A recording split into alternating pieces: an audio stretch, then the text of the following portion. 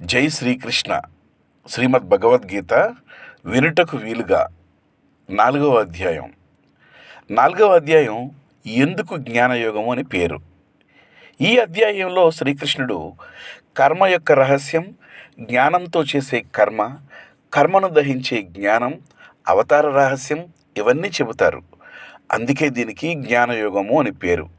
మరి మొదటి శ్లోకంలో ఇమం వివస్వతే యోగం అంటే శ్లోకం ఇమం వివస్వతే యోగం ప్రోక్తవాన హమవ్యయం.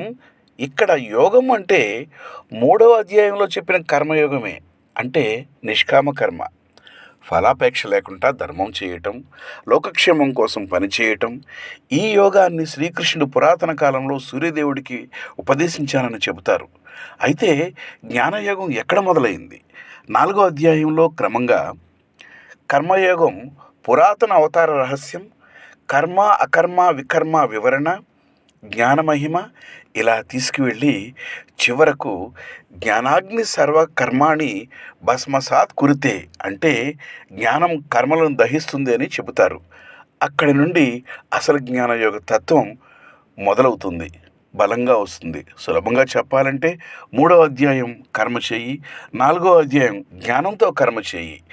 ఇది రెండిటికి మధ్య తేడా. ఇంకో లోతైన విషయం, భగవద్గీతలో కర్మయోగం, జ్ఞానయోగం, భక్తి యోగం ఇవి వేరు వేరు మార్గాల్లో కనిపించినా చివరికి ఒకటే పరమాత్మతత్వానికి తీసుకువెళ్తాయి. కాబట్టి 4వ అధ్యాయం మొదట కర్మయోగాన్ని గుర్తు చేసి దానికి జ్ఞానాన్ని కలిపి ఉన్నత స్థితికి తీసుకెళ్తుంది.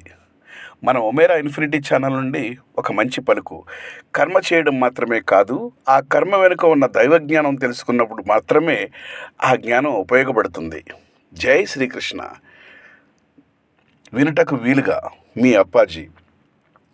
దీన్ని 10 మందికి షేర్ చేయండి. ధర్మో రక్షితి రక్షితః అనండి. జై Shri Krishna. Please like and share, subscribe my channel. Please